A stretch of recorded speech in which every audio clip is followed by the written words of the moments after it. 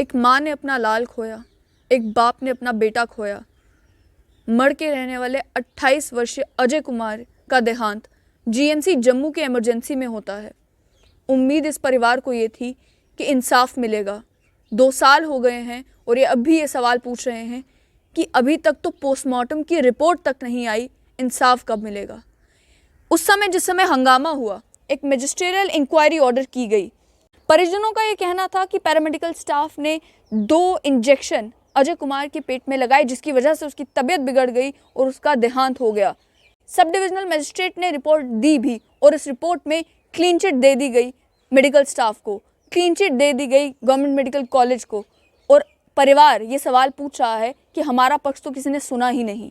CCTV footage, परिवार कहता रहा कि आप सीसीटीवी फुटेज निकालें, आप पता करें कि कौन वो लोग थे जिन्होंने इंजेक्शन अजय कुमार को लगाया था। उस रिपोर्ट में ये कह दिया गया कि इमरजेंसी की सीसीटीवी फुटेज है ही नहीं। मेरे साथ हैं अजय कुमार की सिस्टर रेनू जी। मुझे पहले ये बताएं कि अब लगभग 2 साल होने वाले हैं। इन 2 सालों के अंदर अंदर क्या कुछ हुआ है? क्या पोस्टमार्टम की रिपोर्ट आपको मिली है? क्या कोई इन्फॉर्मेशन आपको मिली है? क्या इंक्वायरी की जो रिपोर्ट आई है उससे आप सेटिस्फाइड हैं? नहीं मैम, हम कोई सेटिस्फाई नहीं है। हम मतलब जब ये मसला हुआ था, हम 1.5 साल से तकरीबन एसडीएम मर्ड के पास जाते हैं।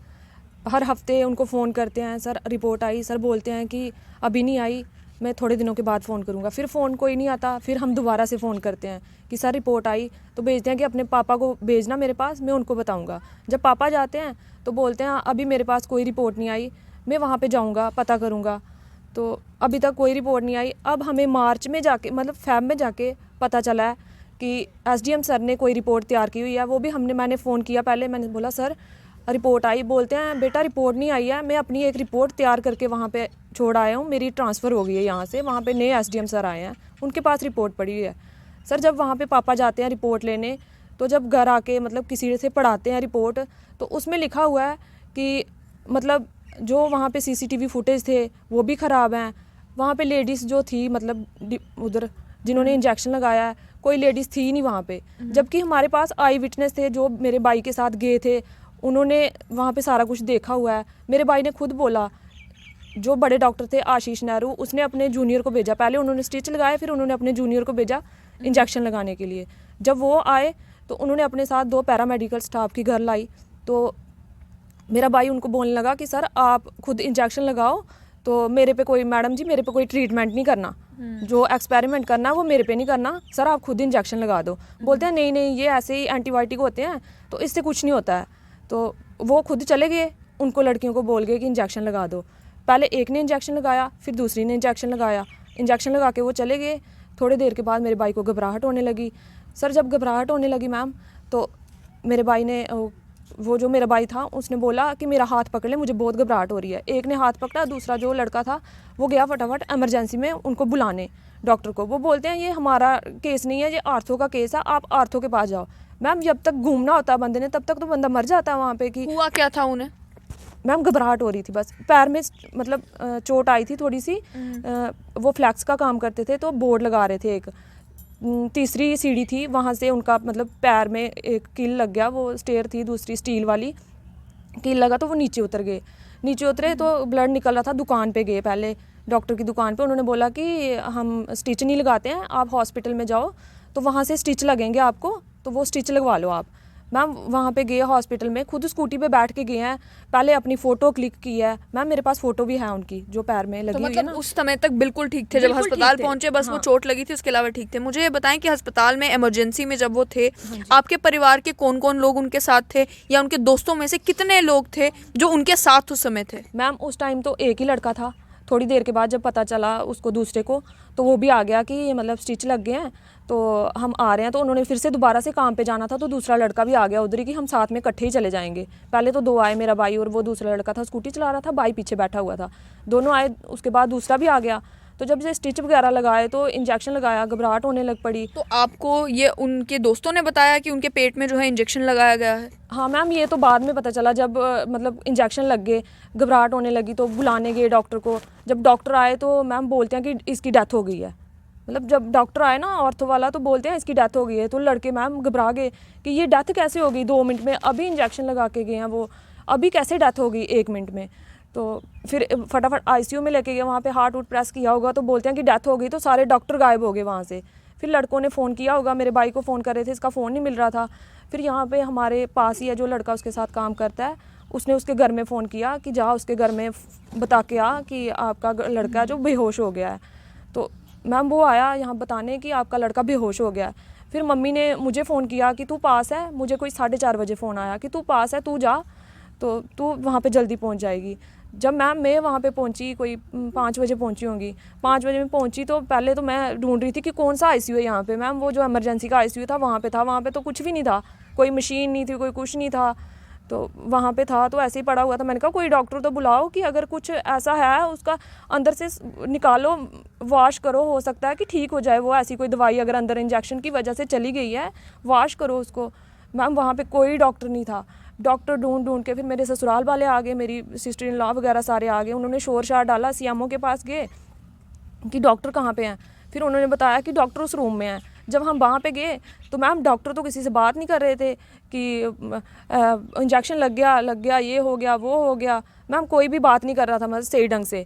मुझे बताएं कि ये जो इंक्वायरी हुई है, इंक्वायरी रिपोर्ट क्रिएट करते टाइम क्या आपने एसडीएम से पूछा कि क्या उन आई विटनेसेस से बात की गई है? वो जो लड़के दो आपके भाई के साथ थे, क्या उन दोनों लोगों के बयान जो है वो रिकॉर्ड किए गए थे? मैम उस दिन तो एसडीएम सर ने हमें बुलाया था कि मैं हॉस्पिटल में जा रहा हूँ इंक्वायरी करने, तो आप भी फैमिली मेम्बर भी वहाँ पे आ जाना। मैम हम गए, कोई 11 बजे बुलाया था, हम वहाँ पे 4 बजे तक बैठे रहे। एसडीएम सर उनके पास गए, पहले तो 1 घंटे लेट आए एसडीएम सर। जब आए हम ऊपर गए, वहाँ पे सर उनके साथ बैठे रहे, डॉक्टरों के साथ काफ़ी टाइम तक। 10 मिनट के लिए सिर्फ दोनों लड़कों को बुलाया, हमारे फैमिली मेम्बर को। हमने सोचा था कि आमने सामने बात होगी, कि लड़कों को भी बुलाया जाएगा, हम भी अंदर बैठेंगे, सर के पास बैठेंगे, लड़के भी होंगे, हमारे फैमिली मेम्बर, डॉक्टर होंगे, सारे आमने सामने बात होगी थी उस दिन क्या हुआ था मैम। लेकिन उन्होंने पहले डॉक्टरों को बुलाया, फिर इन दोनों लड़कों को बुलाया, इनको तो 10 मिनट के बाद ही बाहर भेज दिया। तो जब हम बाहर निकले, हमने बोला कि सर हमें डेथ सर्टिफिकेट भी नहीं मिला, आपने इंक्वायरी तो चलो कर ली, हमें डेथ सर्टिफिकेट नहीं मिला। हमें आज तक 2 साल होने वाले हैं, अभी तक आपको डेथ सर्टिफिकेट नहीं मिला? सर्टिफिकेट भी नहीं दिया गया। हमने बोला डेथ सर्टिफिकेट ही दिला दो हमें। तो सर बोलते हैं कि आप आ जाना, मैं तहसीलदार को बोल दूंगा, वो आपको डेथ सर्टिफिकेट दिला देंगे। अभी क्यों नहीं मिल रहा डेथ सर्टिफिकेट? क्या कारण बताए जा रहे हैं? मैम वो तो सर ने बोला था हमें कि मैं आप तहसीलदार के पास से आपको डेथ सर्टिफिकेट मंगवा दूंगा, पर जब वहाँ पे जाओ तो बोलते हैं कि मैंने उनको बोला हुआ है डेथ सर्टिफिकेट लाने के लिए, आप टेंशन मत लो, आपको मिल जाएगा डेथ सर्टिफिकेट। लेकिन जब पापा गए वहाँ पे, स्टार्टिंग में जब पापा गए थे, तब वो यहाँ पे फाइल नंबर हमें कुछ भी नहीं डाल के दे रहे थे। बोलते हैं हम ऐसे ही आपको उस डॉक्टर के पास जाओ, हम आपकी सिफारिश करते हैं तो आपको डेथ सर्टिफिकेट ऐसे ही इशू करके दे देते हैं। कोई फाइल नंबर कुछ नहीं डाल रहे थे। फाइल नंबर क्यों नहीं डाल रहे थे? मैम वो नहीं हमें पता कि क्यों नहीं डाल रहे थे, उनकी गलती होगी हॉस्पिटल वालों की, इसलिए नहीं फाइल नंबर डाल रहे थे। फाइल नंबर वगैरह कुछ भी नहीं डाल रहे थे, ऐसे ही दे रहे थे। आपने हॉस्पिटल में पूछा किसी से कि वो फाइल कहाँ पर है? मैम बोलते हैं फाइल हमारे पास नहीं है। हमारे पास अगर उनके पास फाइल नंबर है तो फाइल भी तो होगी। उस टाइम हमने बोला था कि फ़ाइल दो हमें, तो उस टाइम मैम इतना तो बंदे का दिमाग ही नहीं काम करता जब घर का कोई मेंबर चला जाता है कि हम फ़ाइल ढूंढनी है कि पर्ची ढूंढनी है, क्या ढूंढना है, क्या करना है। तो फ़ाइल नंबर भी नहीं दी और फिर फ़ाइल नंबर भी नहीं डाला। फिर पापा ने सर्टिफिकेट, डेथ सर्टिफिकेट ऐसे नहीं इशू करवाया कि बिना फ़ाइल नंबर के हमने नहीं लेना है। तो फिर सर ने बोला था कि मैं आपको दिला दूँगा, पर सर ने भी आज तक हमें नहीं दिलवाया है, मतलब डेथ सर्टिफिकेट भी नहीं दिलवाया है। तो जब इंक्वायरी की बात आती है तो मैम आपने तो रिपोर्ट अब देख लो आप, उसमें क्या लिखा हुआ है। मुझे ये बताएं कि आपका घर इस समय किस तरीके से चल रहा है, कौन चला रहा है? मैम छोटा भाई है, पापा तो दिहाड़ी लगाते हैं, तो कभी कभी लगती है, कभी नहीं भी लगती है। तो छोटा भाई है, ये करता है काम, तो चल जाता है सर्कल। अब बड़े भाई पे ही था सारा डिपेंड, क्योंकि वो तो मतलब ठीक ही उसको मिल जाती थी सैलरी, 10-12 हज़ार मिल जाती थी, उसी के बलबूते पर घर चल रहा था। हाँ। अब छोटा भाई है तो ये तो ऐसे ही दुकान पे काम करता है, तो इसको तो नॉर्मली मिलती है। अब सिटी, आपको पता है सिटी तक जाने के लिए 2 गाड़ियाँ चेंज करके जाना पड़ता है। तो आजकल तो वही पैसे जो जितने, अगर उसको 6,000 मिलता है तो उसमें से कितना ही बचता है, 3 ही बचता होगा, 3 तो लग जाता है। आप मुझे बताएं कि इस मैजिस्ट्रियल इंक्वायरी में तो साफ लग रहा है कि जो है क्लीन चिट दे दी गई है उन सभी लोगों को।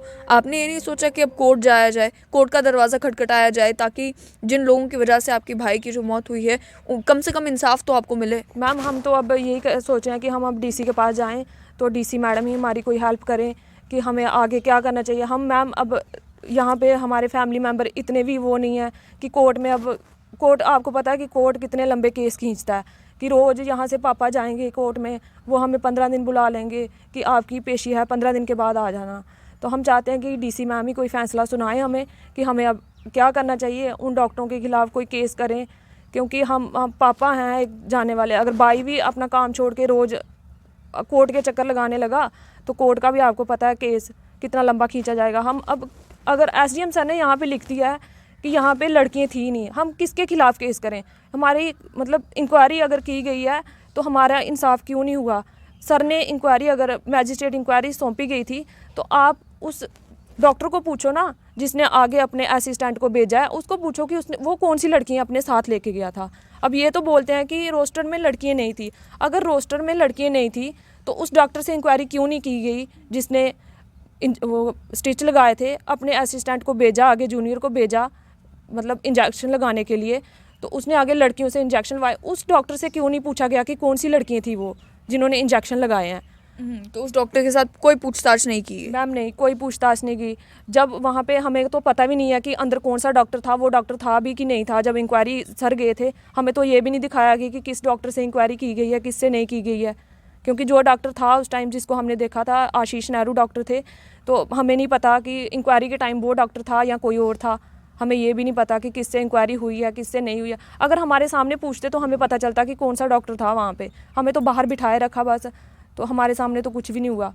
मुझे बताएं कि उस समय जिस समय ये डेथ हुई थी, जितने लीडर्स आपके पास आए थे, जितने लोग आपके पास आए थे, उसके बाद किसी ने मदद करने की कोशिश की कि हम आपको इंसाफ दिलाने में आपकी मदद करते हैं, अगर आपको कोर्ट का खर्चा नहीं उठा सकते हम आपको कोर्ट का खर्चा जो है वो दे दिया करेंगे, तो आप कोर्ट में इस मैटर को ले जाएं? या फिर किसी ने ये कहने की कोशिश की कि इंक्वायरी ट्रांसपेरेंट तरीके से हो, हम इसमें आपकी मदद करें? नहीं मैम, कोई भी नहीं आया। उस टाइम हमारे एमएलए सर गए थे वहाँ पे, उन्होंने बोला था कि इस टाइम तो कुछ भी नहीं होगा यहाँ पे, तो आप पोस्टमार्टम का वेट करो। जब पोस्टमार्टम रिपोर्ट आएगी, अगर हॉस्पिटल ने गलती की होगी तो उनको सज़ा मिलेगी। पर अब जिस हिसाब से आप देख रहे हो कि रिपोर्ट तैयार की गई है, तो हमें तो नहीं लगता कि अगर पोस्टमार्टम रिपोर्ट भी आती है तो उसमें हमारे फेवर में कुछ होगा, उसमें सच्चाई होगी कि किस मतलब इंजेक्शन होते। मैम इसमें लिखा हुआ है कि हो सकता है कि उसको पहले की कोई एलर्जी होगी मैम, जबकि मेरा भाई ठीक ठाक था, बिल्कुल उसको कोई कुछ भी नहीं था। आज से पहले कभी उन्होंने एंटीबायोटिक का इंजेक्शन लगवाया या कुछ लगवाया? नहीं मैम, कुछ भी नहीं था, उनको कोई भी प्रॉब्लम नहीं थी, कुछ भी नहीं था, बिल्कुल फिट एंड फाइन थे। लेकिन मैम यहाँ पे अगर ये हुआ है, ऐसे इंक्वायरी की गई है, तो हमें अब तो विश्वास नहीं है कि पोस्टमार्टम रिपोर्ट भी हमारे फेवर में आएगी। वो भी हॉस्पिटल से आपने पता करने की कोशिश की कि अभी तक पोस्टमार्टम की रिपोर्ट क्यों नहीं आई? अब तो 2 साल होने वाले हैं। मैम तब हम स्टार्टिंग में गए थे, 6 महीने तक होता है कि तब बोल रहे थे कि 6 महीने का टाइम होता है, 6 महीने के अंदर अंदर रिपोर्ट आ जाती है। तब हम 2 बारी गए थे, तो उन्होंने बोला था कि रिपोर्ट आपके एसडीएम सर के पास ही आएगी। जब एसडीएम सर के पास जाओ तो बोलते हैं हमारे पास आई नहीं रिपोर्ट अभी तक।